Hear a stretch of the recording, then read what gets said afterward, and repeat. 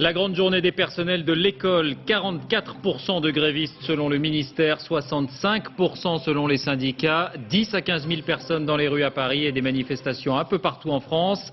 Il faut relativiser la mobilisation, indique le ministre délégué à l'enseignement, Xavier Darcos. Il a été gracié, il veut maintenant être innocenté. Omar Haddad réclamait aujourd'hui la révision de son procès devant la Cour de cassation. Le parquet s'y oppose, décision le 20 novembre.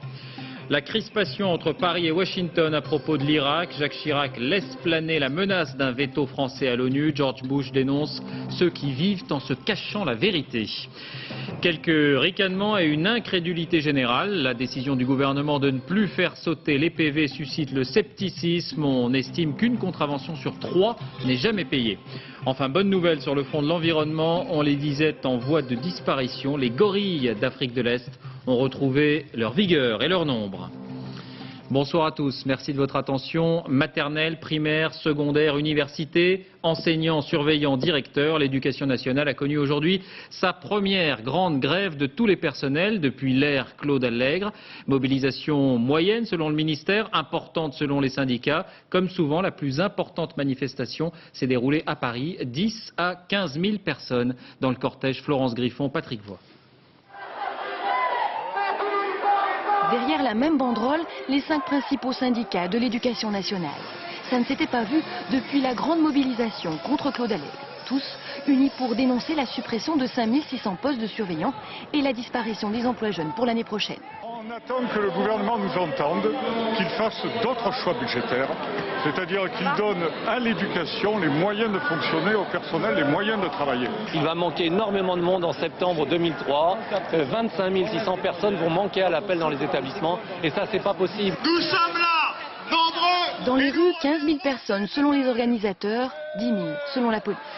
Bien visible dans le cortège, les parents de la FCPE. Tout va vers les restrictions et ça sera que de plus en plus difficile et il y aura de plus en plus de violence, de plus en plus d'incompréhension et de conflits si ça continue. N'est-ce pas ?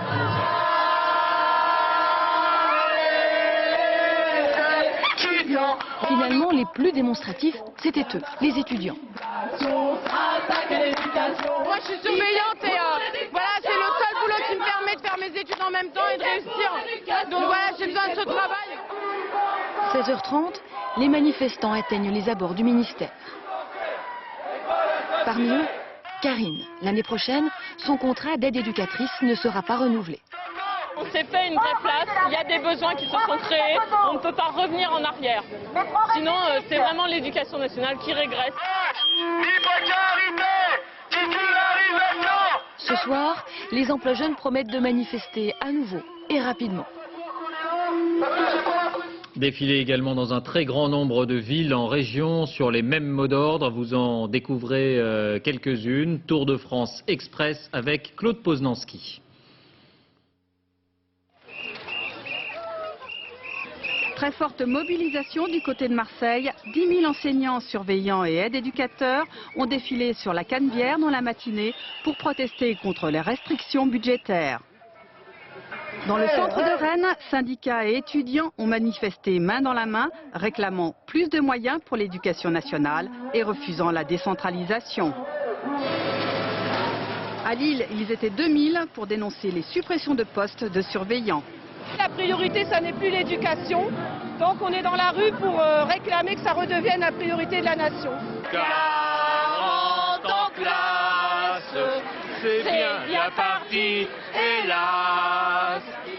Les aides éducateurs, dont les contrats se terminent bientôt pour certains, sont aussi dans la rue. J'ai donné 5 ans pour les enfants. On a mis en place de bon nombre de projets avec les équipes pédagogiques et c'est dommage que tout s'arrête là. À Bordeaux, les pions étaient au cœur de la protestation. Au total, ce sont plusieurs dizaines de milliers de personnes qui ont défilé pour cette première manifestation d'ampleur nationale depuis le nouveau gouvernement. Et commentaire précisément de Xavier Darcos, ministre délégué à l'enseignement. Ils sont moins nombreux que nous le pensions et il faut relativiser la mobilisation. On sait que les élections syndicales approchent. Fin de citation. Si l'on en croit ce sondage CSA pour l'humanité, près de 3 Français sur 4, 73% exactement, soutiennent ou ont de la sympathie pour ce mouvement. Journée de manifestation pour les profs donc, journée de débrouille pour les parents. Cela dit, si la plupart des salles de classe sont restées fermées, beaucoup d'écoles accueillaient tout de même les enfants. Alban Mikosi, Gaël Chauvin. Ce matin, papa distrait a emmené petit garçon à l'école. Et hop, aussitôt déposé, aussitôt ramené. Vous l'aviez oublié? Oui, j'avais oublié. Qu'est-ce que vous allez faire avec cette situation? Je vais le garder. On a l'air de se moquer comme ça, mais une grève des profs pour les parents, c'est pas des vacances. Pour Louise, papa et maman ont donc révisé les ateliers de découpage. C'est beau et surtout c'est long à faire. Nous nous sommes toujours débrouillés, mais parfois ça veut dire amener Louise au bureau, ce qui n'est pas forcément une bonne chose. Pour ceux dont les parents ne peuvent ni s'absenter ni transformer le bureau en garderie, certaines mairies ont tout prévu. Un animateur, une guitare, et voilà le travail. C'est bien connu, l'école le mercredi c'est marrant, surtout le jeudi. Enfin moi je préfère l'école et le centre, mais je préfère l'école parce qu'on apprend. Dans ce collège près de Rennes, on a surtout révisé les coups droits et les revers. Et voilà comment se forme une belle génération de supporters passionnés. Alors au cœur de cette journée, vous l'avez compris, le sort de ceux qu'on appelle familièrement les pions, autrement dit les surveillants. 5600 suppressions de postes prévues l'an prochain, boulot d'appoint ou vrai métier. Ils sont en tout cas en première ligne en ce qui concerne la discipline. Un quotidien parfois agité, vous allez le constater. Notre équipe a passé une journée et une nuit dans un internat à Montereau en Seine-et-Marne. Une vie de pion, reportage Nabila Tabouri, Yves Ginca. Où sont tes autres camarades? Voilà, oui. T'as bon dos. Tu as dû changer de salle, la prof a dû vous prévenir et tu sais pas où aller. C'est B217, pas 206. Et 217. Pour Sébastien Lasserre, la tâche de surveillant dans un lycée professionnel n'est pas facile. 1500 élèves, dont une majorité de garçons. Ah oui. Donc on va négocier combien d'heures là? Mais 206, elle est pas là aussi. Alors on monte ensemble? Vas-y. Ben, je vais pas monter avec toi, tu montes en 206 et tu négocies pas s'il te plaît. Tu as cours en 206, tu montes en 206. Et tu évites de négocier. Gérer les absences et traquer les chahuteurs, pour un peu ce serait presque un garde-chiourme. On n'a pas à se faire un mot de retard. On n'a pas à se faire un mot de retard. Non, je suis désolé. C'est pas un motif valable. Ils ont tellement, j'ai envie de dire, l'habitude d'avoir une violence, ou d'avoir affaire à une violence, qui est dans la rue ou institutionnelle, que nous, on doit être dans la médiation et dans une forme de compromis par rapport à ça. Sinon, on n'y arrive pas. Voilà, je me transforme en porteur. Le soir venu, Sébastien quitte le bureau des pions pour l'internat. Distribuer le courrier, surveiller l'heure d'études, le jeune homme n'arrête pas. 8 heures au travail, les gars. Allez hop. Tu t'es fait virer de cours aujourd'hui et tu continues. Super. J'ai rien fait. Ah oui, t'as rien fait. Ben non, t'as l'auréole. La prochaine fois, je sortirai les tables et vous ferez votre heure d'études dehors. Comme ça, je vous vois à chaque fois.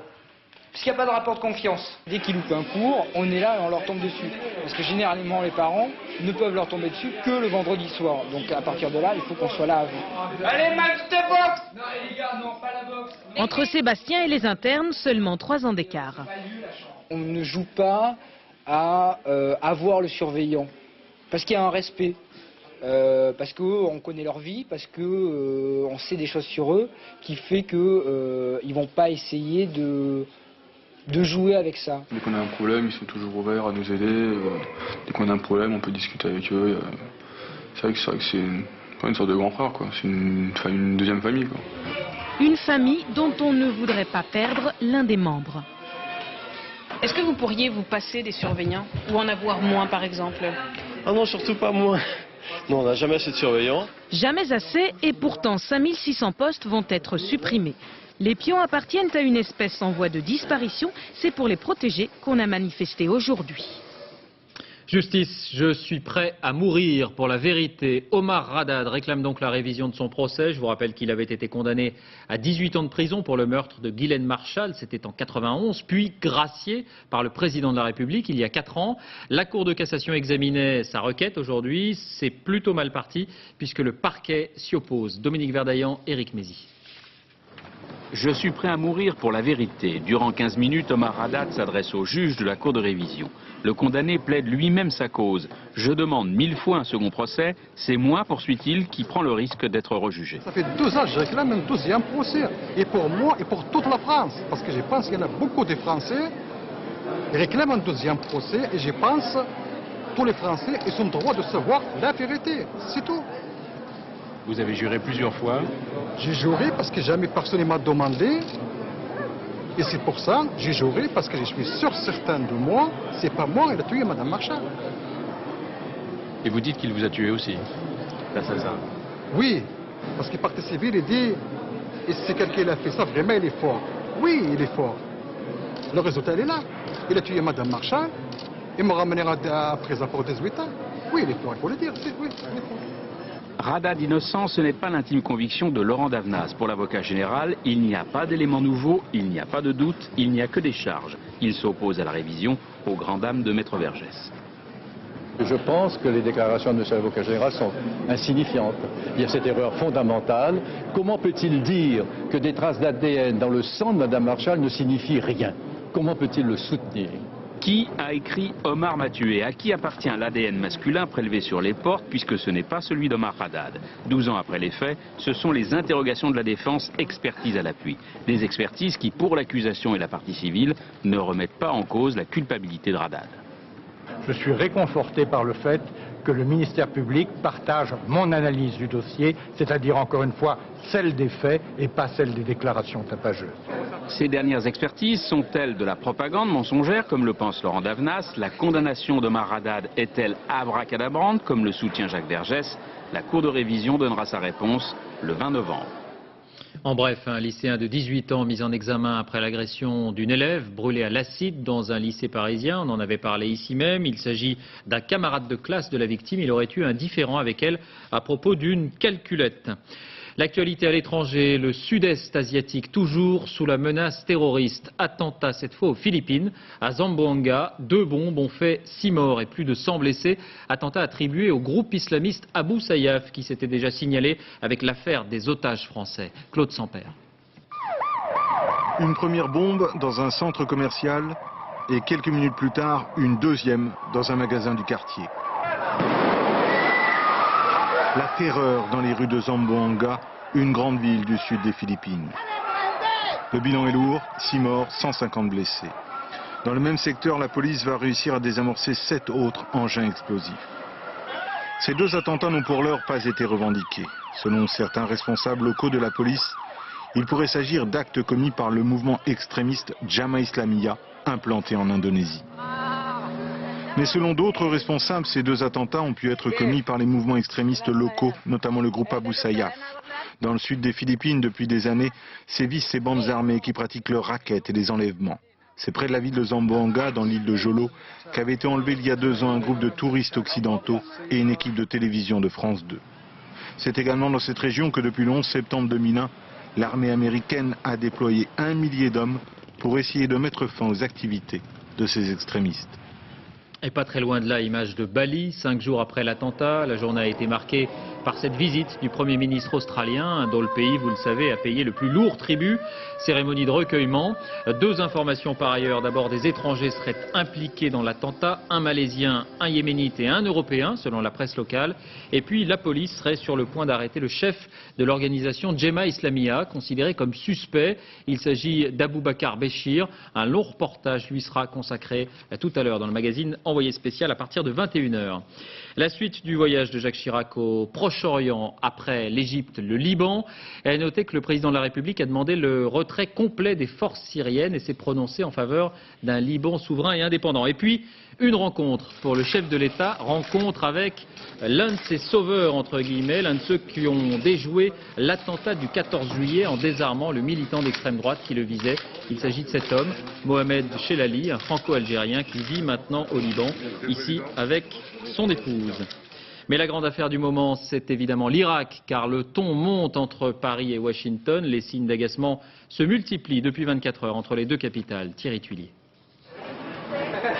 C'était hier à Washington, entre Français et Américains. Apparemment, tout va bien. Sur la nature de vos entretiens entretien avec M. Borrell. Comment se sont-ils passés, s'il vous plaît? Et vous l'avez vu, nous sommes embrassés en visitant. C'était hier, quelques heures plus tôt, à Alexandrie, en Égypte. Le ton n'est pas le même qu'à Washington.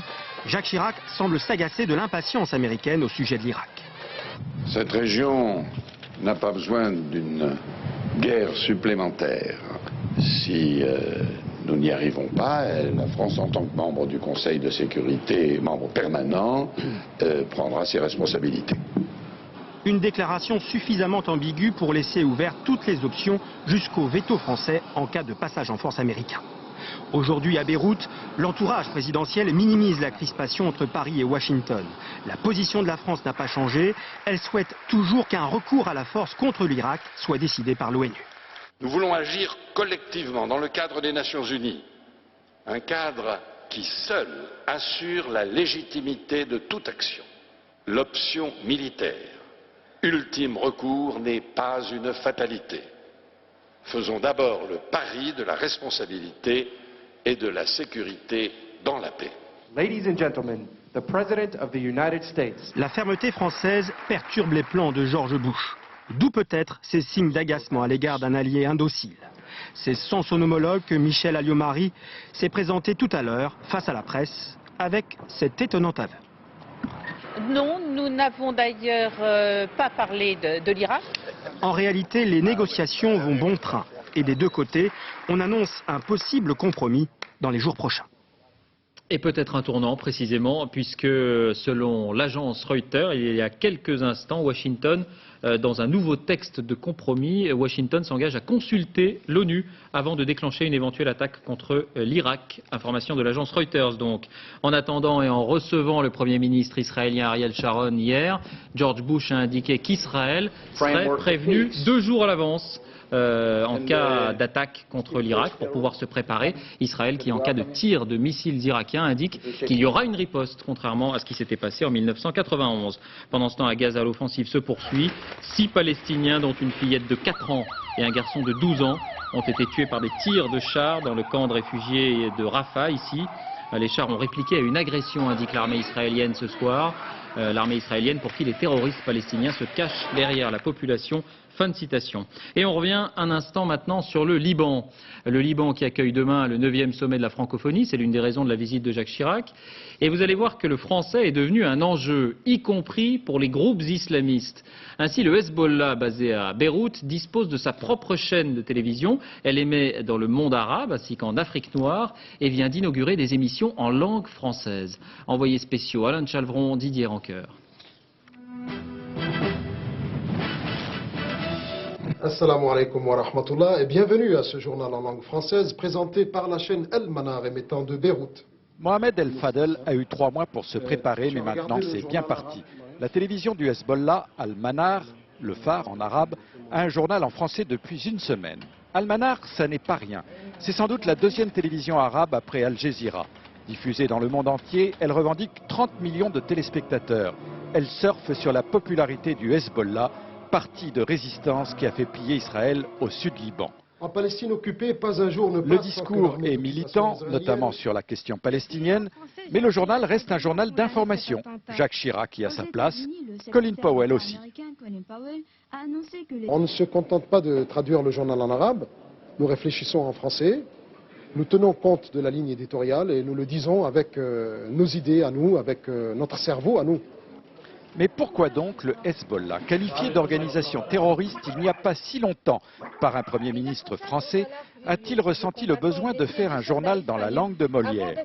Pour toucher les musulmans de France et d'Afrique, sans doute, mais aussi pour des raisons politiques. La francophonie est une alternative. Il est tout à fait normal que le peuple, en rejetant la politique américaine, vont avoir une certaine position de la culture anglophone. Le rappel de nos titres. L'alignement américain sur Israël, les projets d'intervention en Irak ont provoqué dans le monde arabe un début de rejet de la culture anglo-saxonne, un rejet que le Hezbollah a bien senti. En bref, toujours à l'étranger, la Côte d'Ivoire peut être à la veille d'un cessez-le-feu durable. Les rebelles ont signé tout à l'heure à Bouaké un accord en présence des médiateurs ouest-africains. 1 mois après le début de l'insurrection, les combats doivent prendre fin à minuit.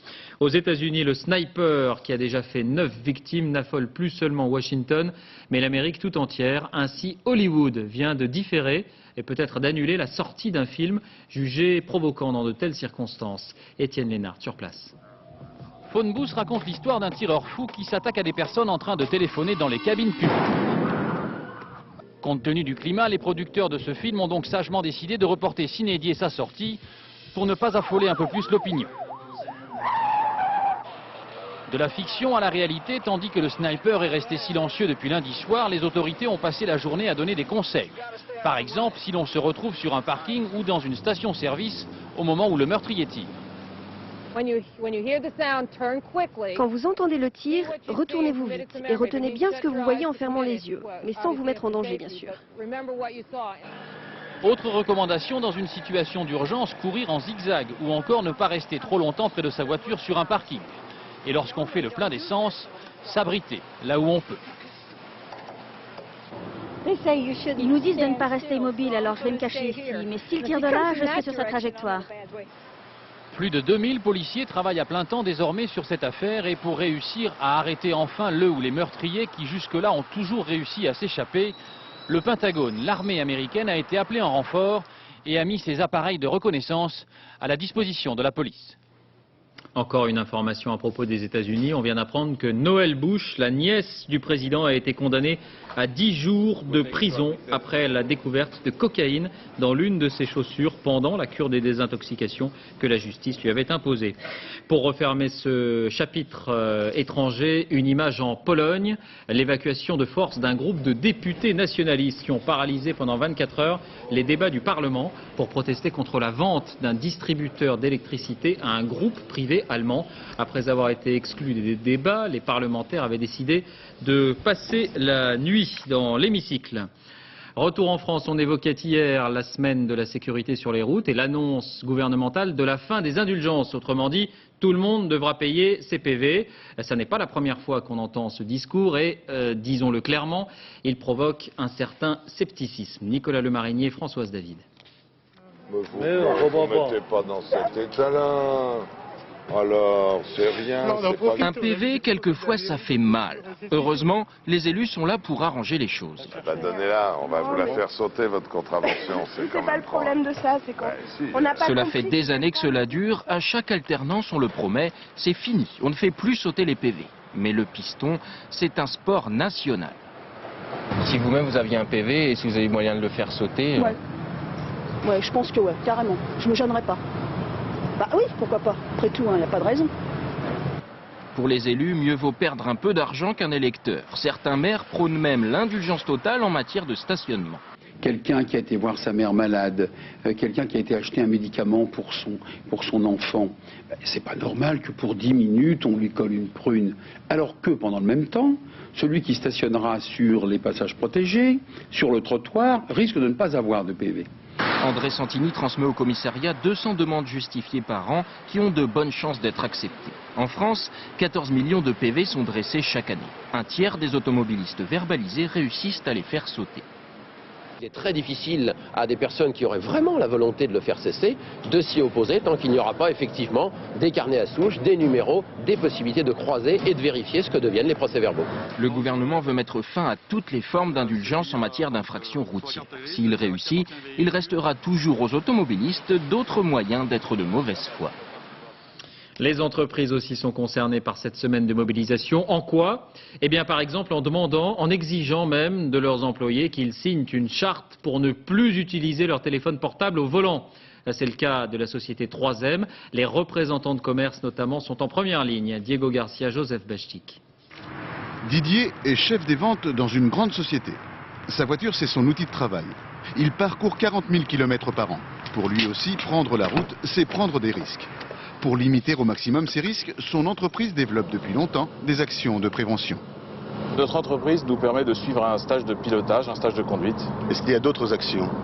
Bien sûr, il y a des règles qui sont communes à l'ensemble de toute la force de vente. Ces règles sont des règles qui nous limitent dans le nombre de kilomètres que nous devons faire par jour, ainsi que le nombre d'heures que nous passons en voiture. On n'a pas le droit de rouler plus de 4 heures par jour en voiture. Et puis, comme ses 600 collègues, Didier n'a pas le droit de répondre au téléphone en roulant. Ah, bonjour, bah écoute, je suis sur la route, mais là je peux pas te parler, il faut que je vais m'arrêter dans quelques 200 mètres et puis je te reprends après. Salut. Difficile à croire. Les accidents de la route représentent 60% des accidents mortels du travail. Dans la société de Didier, la politique de prévention a porté ses fruits pour tout le monde. On a très clairement vu le résultat au bout de la durée. En bout de 7 ans, on constate une baisse de 30% du coût des sinistres routiers et on y a gagné une grande motivation du personnel impliqué. Aujourd'hui, elles sont très rares, les entreprises qui appliquent une vraie politique de prévention. Là aussi, l'objectif des autorités est de faire en sorte que cela change. Et à suivre après ce journal Point Route, présenté par Valérie Maurice, sur les opérations prévues pendant cette campagne de sécurité routière. À propos de téléphone, on passe à l'économie et à ce bras de fer à coût de dizaines de milliards d'euros pour le contrôle de CGTEL. SFR CGTEL, c'est le deuxième opérateur de téléphonie mobile en France, propriété de Vivendi. Le géant britannique Vodafone tente d'en prendre le contrôle. Jean-René Fourtou, le successeur de Jean-Marie Messier, n'a que quelques jours pour trouver la parade. François Baudonnet, Guillaume Fautra. Vous organiser un peu. Un rôle musclé, c'est ce à quoi s'attendait Jean-René Fourtou lorsqu'il a pris la tête de Vivendi. Acte 1, fin juillet, le successeur de Jean-Marie Messier découvre dans son jeu une société présente dans le cinéma, l'édition, la télévision, l'environnement, mais aussi le téléphone, avec CGTEL, entreprise très rentable. Mais mauvaise pioche, il découvre surtout 17 milliards d'euros de dettes. Acte 2, alors que Jean-René Fourtou n'a pas eu le temps de remettre de l'ordre dans ses cartes, c'est le moment que choisit le géant britannique Vodafone pour abattre les siennes. Le numéro 1 mondial de la téléphonie mobile possède un réseau au Royaume-Uni, en Allemagne, en Espagne, en Italie, mais pas encore en France, d'où son idée de prendre le contrôle total de CGTEL. Depuis hier, il est sur le point d'en posséder 56%. Cela va augmenter la concurrence en France, ce qui est une bonne nouvelle pour le consommateur français. Acte 3, le dilemme. Jean-René Fourtou est piégé. Il a 15 jours, soit pour surenchérir, mais où trouver l'argent, soit pour jeter l'éponge et laisser sa plus belle carte tomber dans l'escarcelle britannique. L'économie encore avec la bourde de Romano Prodi. Le président de la Commission européenne juge dans cette interview au journal Le Monde que le pacte de stabilité, je cite, est stupide, comme toutes les décisions qui sont rigides, même si, poursuit-il, il constitue un instrument de convergence des politiques. Une gaffe qui provoque un vif émoi à Bruxelles, mais qui constitue une aubaine pour la France et l'Allemagne, qui ont, vous le savez, beaucoup de mal à respecter ce pacte qui prévoit notamment la réduction des déficits budgétaires. Des nouvelles de Bertrand Delanoë. 10 jours après son agression, il a quitté l'hôpital tout à l'heure pour passer sa convalescence dans un lieu tenu secret. La politique encore, information France 2, le trésorier de la campagne présidentielle de Bruno Maigret est actuellement en garde à vue à Marseille. Il est question de malversation financière. Bruno Maigret lui-même a été entendu. Arnaud Boutet, Alexandre Decuit. Sur l'étiquette, magasin fermé. Peut-être peut-on rajouter pour cause de perquisition. Les policiers interrogent toujours son propriétaire, Hubert Savon, secrétaire départemental du MNR, chargé des finances. À son domicile, la police cherchait ce matin des documents sur le financement des campagnes électorales. Et selon nos informations, Bruno Maigret, lui aussi, aurait été entendu mardi matin par les enquêteurs marseillais. Cet épisode marque un nouveau coup dur. Il y a eu bien sûr la chute de Vitrolles, dernier fief du MNR, mais aussi le rejet des comptes de campagne de l'élection présidentielle par le Conseil constitutionnel. Depuis quelques jours, Bruno Maigret contre-attaque et joue les victimes. Bonjour messieurs, bonjour mesdames. Il est clair qu'on cherche à m'abattre, qu'on cherche à abattre mon mouvement. Bruno Maigret dénonce les institutions, mais ses amis cherchent aussi à l'abattre. Voici Stéphane Bourris lorsqu'il paradait avec son président. Aujourd'hui, le conseiller régional d'Alsace et tous ses collègues quittent le MNR. Et à Paris aussi, le divorce est consommé. Lorsqu'on est en désaccord avec la majorité et que ceci conduit à un échec politique total, il est temps de se retirer. Et à un moment, on se retire. Je veux dire que du tragique au pathétique, je ne subirai pas en plus le ridicule. Après les problèmes politiques et financiers, Bruno Maigret doit faire face aux ennuis judiciaires. La crise est loin d'être terminée. Ça veut dire qu'il y a peur. Les difficultés d'un grand nom de la presse française. France Soir est menacé de disparition. Nos confrères du quotidien ont fait paraître cette édition spéciale en forme d'appel à l'aide. Cette dernière minute en provenance d'Espagne, la procédure d'extradition de Patrick Henry va débuter immédiatement, indiquent les autorités. Elle sera menée avec la plus grande célérité. Nouvelle alerte à la méningite en France avec 2 nouveaux cas, dont l'un mortel. Un garçon de 8 ans, élève en CE2 dans une école de Pau, est mort cet après-midi. C'est le 3e cas mortel dans ce département depuis le début de l'année. Une campagne de vaccination va y commencer le 21 octobre. Autre cas à Aurillac dans le Cantal. Et voilà qui nous amène à la lutte contre la leucodystrophie, une maladie génétique rare qui touche essentiellement les enfants. Eh bien, ils ont trouvé un avocat performant en la personne de Zinedine Zidane lui-même. Depuis 4 ans, c'est son autre match. Didier Guyot, Jean-Claude Martin. S'il y a un match qu'on aimerait gagner, c'est celui contre la leucodystrophie. Sous les yeux de Mathias, 10 ans, et de son père, Zinedine Zidane, en maître d'école, face à des élèves attentifs. Et la dictée est claire. Il faut tout faire pour aider la recherche afin de combattre la leucodystrophie, une dégénérescence des cellules nerveuses. 150 à 200 nourrissons en sont victimes chaque année. C'est un bon message, quoi, de leur dire qu'il y a des enfants qui sont malades et essayer de leur dire que leur contribution amènera quelque chose de positif, quoi. Et ce matin, les fautes importaient peu. L'essentiel est de tendre la main à l'enfant différent. Non, ça nous fait très mal au cœur parce qu'on imagine qu'on pourra être à sa place. Donc, non, c'est très touchant. Il faut tous se mobiliser pour essayer de la battre et faire des recherches. Mais quand on est le meilleur footballeur au monde, difficile d'échapper au bain de foule, surtout quand c'est pour la bonne cause. Adieu le ballon rond, démonstration de pétanque pour Zinedine Zidane.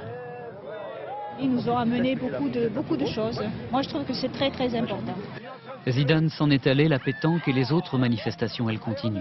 Tout l'argent récolté le sera pour Mathias et pour tous les autres. L'environnement avec une bonne nouvelle, la renaissance des gorilles des montagnes menacées par la déforestation, pratiquement en voie de disparition en Ouganda. Ils ont trouvé une nouvelle vigueur. Les campagnes internationales ont porté. La population de ces grands singes a augmenté de 10% ces 10 dernières années. Agnès Monteux. Dans les montagnes les plus reculées d'Afrique, ces timides colosses se cachent. On avait prédit leur disparition avant la fin du siècle dernier, mais ils se maintiennent. Mieux, papa et maman gorille font un peu plus de petits qu'avant. Ils sont aujourd'hui presque 700, 10% de plus qu'il y a 10 ans, grâce au travail de protection des parcs nationaux. Mais ce petit succès reste fragile. Entre le Rwanda et l'Ouganda, cette chaîne de volcans inactifs est leur dernier refuge et sa forêt est petit à petit grignotée par les paysans.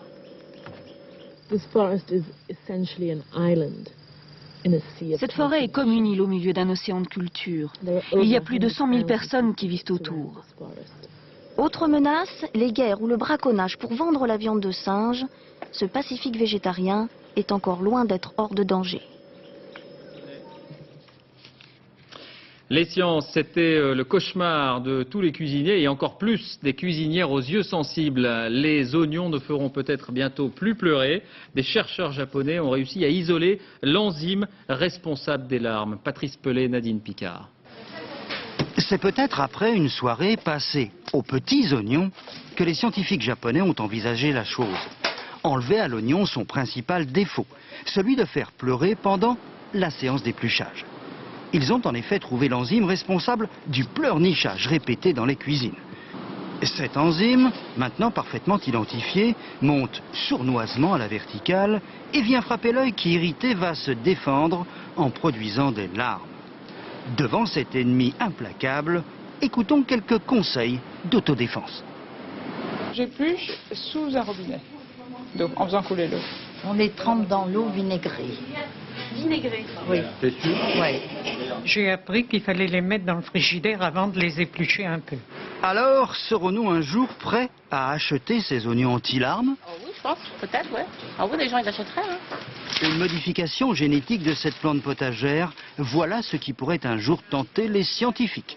D'ici là, il faut s'y faire. Des milliers de tonnes d'oignons vont continuer à nous faire pleurer. La chanson avec le retour en France d'un duo qui bat des records de vente. Amadou et Mariam sont de retour pour une série de concerts. Le public français avait fait la connaissance de ce couple aveugle du Mali il y a 2 ans. Ils avaient fait connaissance sur la scène du Festival du Jazz de Nancy où ils présentaient leur nouvel album. Michel Monpontet, Vincent Bouffartigue. Les amoureux sur les bancs publics ont des petites gueules bien sympathiques. Et là, amour rime avec toujours. Il s'appelle Amadou, elle s'appelle Mariam. Ils se sont rencontrés dans les années 70, dans un institut d'aveugles de Bamako, où la seule lumière venait de leur musique. Il aimait les percussions africaines, elle plutôt Jimi Hendrix. D'aucuns auraient divorcé, eux ont fait 3 enfants et 3 disques.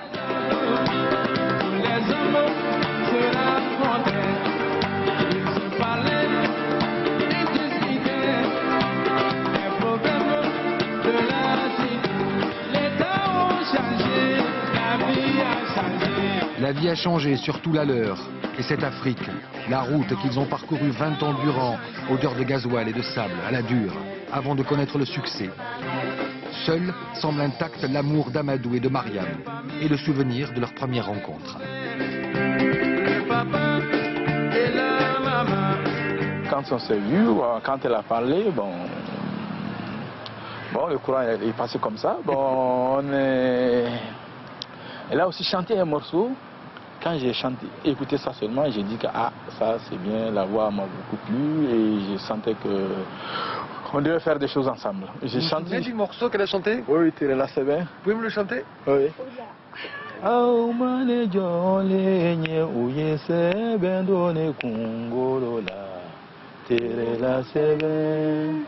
C'est elle qui chantait ça. À Nancy au festival, ça va. Nouveau triomphe. Et maintenant? Maintenant, ça suffit. Nous a assez fatigués. Nous a assez divisés. Nous a assez exploités.